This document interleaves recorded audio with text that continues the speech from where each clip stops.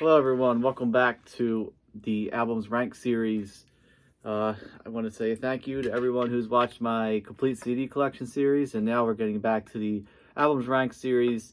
And this show, we're going to be ranking the almighty Queen. Now, I've been a Queen fan my whole life. Basically, I think I was introduced to Queen through the Wayne's World movie, and Bohemian Rhapsody was all over MTV at the time, of course, the Wayne's World cut. So that's when I really got into the band, and of course, there's songs like We Will Rock You, We're the Champions that everybody knows, not just Queen fans. I'm not one of those, fans who just came into Queen because of the Bohemian Rhapsody movie and, stores like Kohl's and, Walmart are putting Queen on t-shirts stuff. That's not me. Excuse me. I'm a genuine Queen fan, and I'm going to be ranking all their studio albums. I am including the Flash Gordon soundtrack because, it is a soundtrack. It was basically all new studio tracks recorded for the movie. So, in my opinion, it is a studio album. All right, let's get right into it. Coming in last for me, probably comes in last for a lot of people, Hot Space. I believe this is a 1982 album. This is really the kind of unlistenable. It's kind of shocking that this came from Queen. The one hit that was on MTV was Body Language, but really not a decent song at all. It's very strange, very much a Freddie album where he kind of just did what he wanted. There wasn't much input from the other guys in the band. The only saving grace for this album that made it sell was they included Under Pressure last minute.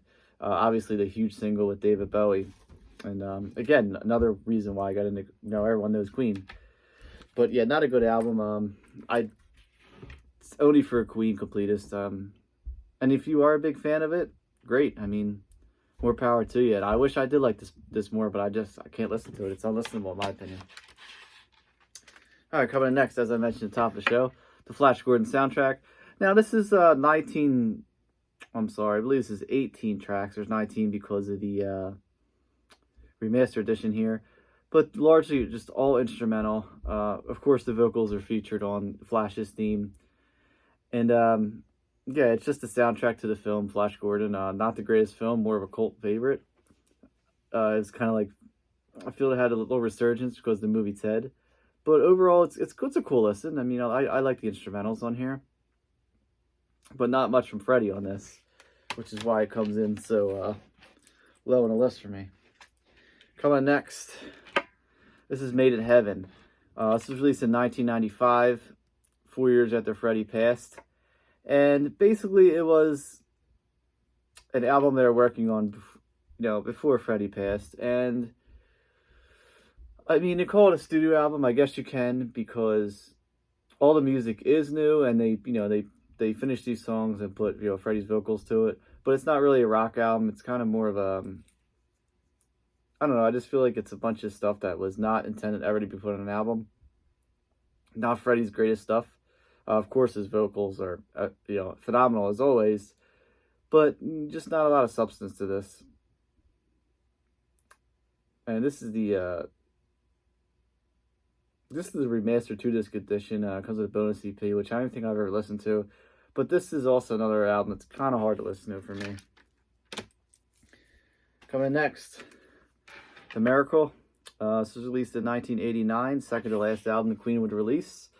It's got the huge single on here, I Want It All. Visible Man's Breakthrough. But I feel like after there was 2 decent albums before this. After the resurgence of Queen from, Live Aid. And this is definitely the weakest of the 3 albums that would come at the resurgence. I mean, just terrible cover art in my opinion. But overall, not a terrible album. There are some cool stuff to listen to on this. Coming next, the last studio album they would release as Freddie was alive, Innuendo. Not a bad album at all. I'm Going Slightly Mad is a great song. Of course, These Are the Days of Our Lives and The Show Must Go On. Just phenomenal tracks. And this one, for me, it's kind of a sad album because I just feel like as they're recording this, Freddie knew he was just, seconds away from death. The whole band knew that he could just die anytime.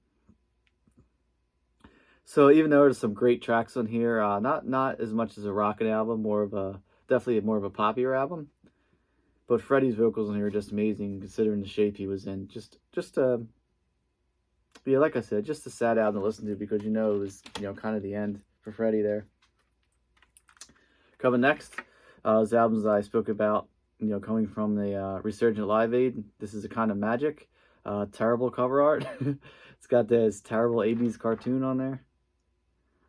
Looks like something from like a Paula Abdul music video. But great tracks on here. The opener, One Vision, just amazing. Of course, the title track was a huge hit. It's great. Who Wants to Live Forever, amazing song. Prince's of the Universe, another one. One Year Love is cool. Yeah, just the overall, decent 80s album from Queen. Another big seller for him. It came out, like I said, came out in 86, right after the Resurgent at Live Aid, when they just kind of killed it and were probably the best band at Live Aid. Coming next, this one, this was right before Kind of Magic. This is right before they went to Live Aid, The Works, and this album sold a lot after Live Aid performance, especially with the opener of Radio Gaga, when they performed that as a huge sing-along with the fans crapping and everything, and Live Aid, just amazing. Like I said, Radio Gaga's on here. I Want to Break Free, such an amazing song. Hammer and a Fall, another great one, and the closer is This World We Created.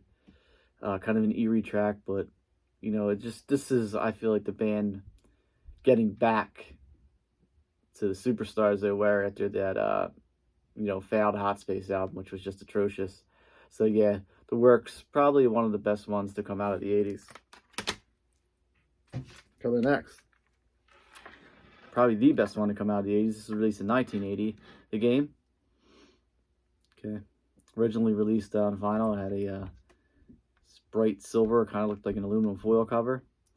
Opens up with Play the Game, kind of a title track on there. Dragon Attack is great. Of course, another one, Bites Dust, huge song. Another one of those songs that everybody knows, along with Bohemian Rhapsody and We Will Rock You, We Are the Champions.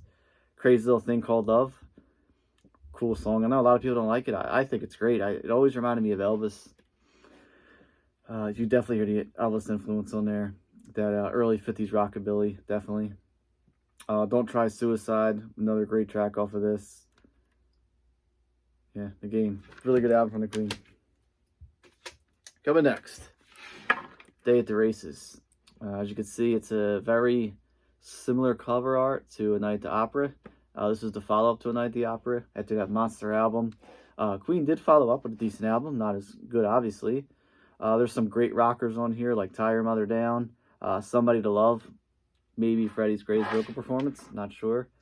Good Old Fashioned Lover Boy, another great track. But overall, for me, I feel like this album's a little too soft. More ballady, more kind of like soft rock rather than the harder stuff. Even though it opens up with Tie Your Mother Down, it's kind of a teaser because it's almost like a heavy metal track. But then you go into You Take My Breath Away, Long Away. I mean, Brian's guitar is not as prominent as the keyboards on this. But overall, it is a good album. I love the cover art. I actually own this on a t-shirt. But I don't know. It's just a little too soft for me. Coming next, Jazz. Great album. This came in 1978. Opens up with Mustafa. I love the vocal work from Freddie on there. It's such a cool track. Very underrated track from Queen. Doesn't get as much love as it should. Fat Bottom Girls on here. Obviously, that's amazing. Bicycle Race, another hit for him. A lot of people think it's an annoying song. I love it. And what else is on here? Don't Stop. Yeah, Don't Stop Me Now. One of my favorite tracks from Queen. Don't Stop Me Now is such a great song, and I'm glad now I feel like it's getting more recognition than it has been, because I don't ever remember hearing it on the radio or being as commercial it was, but just a great track from Queen. I love that song so much. One of my favorites. All right, coming next. News of the World. Yeah, this opens up with the 1-2 punch of We Will Rock You into We Are the Champions. I mean, Queen just made all-time rock anthems with that. I mean, he played every sports game. It's in so many movies, commercials, everything. Two great tracks, and usually when they're played together. Followed up by Sheer Heart Attack. They do have an album called Sheer Heart Attack, but it wasn't included on there. It came later. kind of like how Led Zeppelin did with House of the Holy coming on Physical Graffiti after the album House of the Holy. And Get Down, Make Love. Really great track on here, really heavy song from that. Coming next, self-titled debut from 1973, simply titled Queen. Opens up with Keep Yourself Alive, such a cool rocker there. Liar, really heavy song. And ends with the instrumental of Seven Seas of Rye, which they would follow up with another song. Overall, a really cool album. This is a huge influence on glam rock and definitely 80s hair metal. As is this one, Queen 2. This is coming at number 3 for me. Queen 2, it's got that iconic cover art there, which they would use later on become even more iconic in a Bohemian Rhapsody video. Again, just a huge influence on hair metal, and or I should say 80s metal. I want to say hair metal. Glam rock. Ogre Battles, my favorite track off here. One of my favorite Queen songs. Such a heavy song. Again, features Seven Seas of Rye. This time there's a vocal put to it rather than just the instrumental. The March of Black Queen, such a heavy song. And it's got a mix on there. It's got some heavy stuff, then it's got some soft, slower stuff, and it's almost proggy at times. It's got a lot of progressive rock, I feel, into it. Alright, getting down to my last two. This might surprise a lot of people, but coming at number 2 for me. Alright. Night at the Opera. Opens up with Death on Two Legs, such a great opener. Lazing on a Sunday Afternoon, into I'm in Love with My Car, featuring Roger on vocals there. You're My Best Friend. Huge hit for Queen. 39, the Brian May composition with hit lead featuring his lead vocals. Sweet Lady, nice cool ballad. Seaside Rendezvous, awesome song.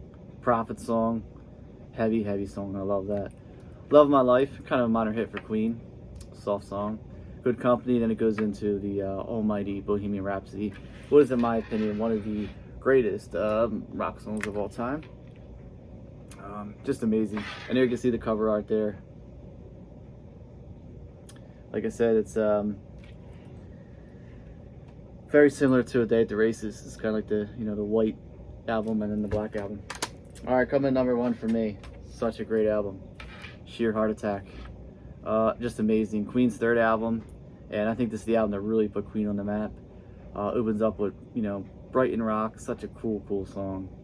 I love Brighton Rock. The vocals in there are amazing. And The Killer Queen, their first huge hit single.